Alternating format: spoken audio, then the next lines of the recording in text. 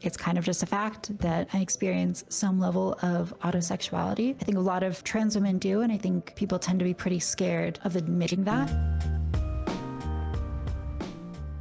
I've been transitioning for about 8 years, I think, maybe coming up on 9 years. So it's been a little while. You started when you were 15? When I was 14 or 15, yeah. So I came out when I was 14, but I didn't start puberty blockers until I had turned 15. But yeah, I came out in a really odd way because I discovered like a paper on, I don't want to say like Blanchardism. It was a kind of typology of transsexualism that I discovered, and it got me interested in the science. And I was like, oh, a lot of the experiences that are being described in this paper kind of describe my own experience. And what was the paper, if I can ask? I don't remember. Oh my gosh. I've posted it elsewhere. It's pretty old, but I think it talks about like type A and maybe like type B transsexuals, and maybe even type C as well. But it's funny to look back on now that I have a lot more context and to realize that the types described in the paper broadly aligned with like Blanchard's ideas, and the type that I felt really resonated with me was the type that is like more similar to AGP. So I could probably find that. I think it's in my phone notes, but yeah, I'll look for that. Okay, thank you.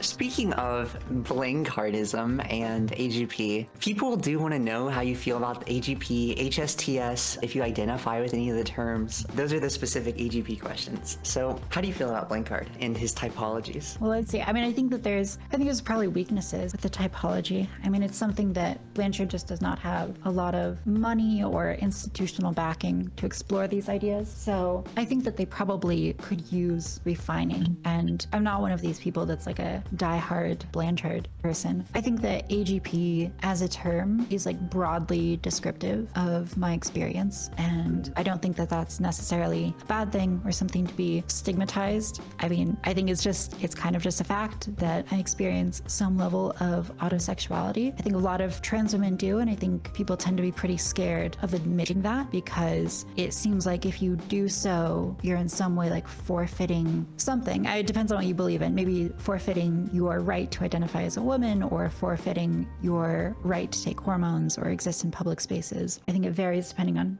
who you ask what they feel like they're forfeiting. But I think there's this broad sense that if you admit that there's some sexual impulse, then it perverts the entirety of your motivations. And I don't think that's true. Yeah, I actually really resonate with you saying that, because I agree as well.